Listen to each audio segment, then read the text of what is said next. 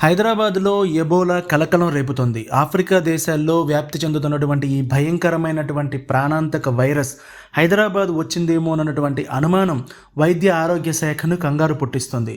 Sudan దేశానికి చెందినటువంటి 2 వ్యక్తులు ఎబోలా అనుమానిత లక్షణాలతో హైదరాబాద్లోని గాంధీ ఆసుపత్రి ఐసోలేషన్ వార్డులో చేరారు. అయితే వీరిలో ఒకరికి ఎబోలా లేదు అని నిర్ధారణ అయింది.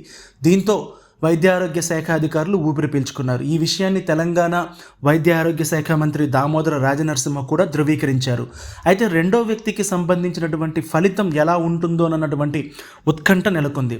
మొదటి వ్యక్తికి సంబంధించినటువంటి రక్త నమూనాలను పూణేలోని నేషనల్ ఇన్స్టిట్యూట్ ఆఫ్ వైరాలజీకి పంపించగా ఎబోలా కాదు అని తేలింది. రెండో వ్యక్తి శాంపిల్కి సంబంధించినటువంటి రిజల్ట్ ఇవాళ సాయంత్రం వస్తుంది. మొదటి వ్యక్తి ఇథియోపియా నుంచి మోకాళ్ళ సర్జరీ కోసం హైదరాబాద్ వచ్చినట్లుగా గుర్తించారు. అయితే ఆయనకు ఎబోలా తీవ్రంగా వ్యాపిస్తున్నటువంటి ఉగాండా, కాంగో వంటి దేశాల్లో ట్రావెల్ చేసినటువంటి హిస్టరీ ఉండడంతో ఎయిర్పోర్ట్లో క్షుణ్ణంగా పరిశీలించారు. ఎయిర్పోర్ట్లో థర్మల్ స్కానింగ్ చేసినప్పుడు ఎబోలా లక్షణాలు కనిపించడంతో గాంధీ ఆసుపత్రికి తరలించారు. తీవ్రమైన జ్వరం ఉండడంతో అనుమానం వచ్చినటువంటి అక్కడి సిబ్బంది గాంధీ ఆసుపత్రికి పంపించారు. అయితే ఆయన శాంపిల్స్లో నెగిటివ్ వచ్చింది. ఇక రెండో వ్యక్తి సూడాన్కి చెందినటువంటి 20 ఏళ్ల విద్యార్థి హైదరాబాద్లోని ఓ ప్రైవేట్ ఆసుపత్రి నుంచి ఆయన్ను గాంధీ ఆసుపత్రికి సిఫారసు చేశారు. ఇప్పుడు ఆ రిజల్ట్ ఏమవుతుందన్నటువంటి ఉత్కంఠ నెలకొంది.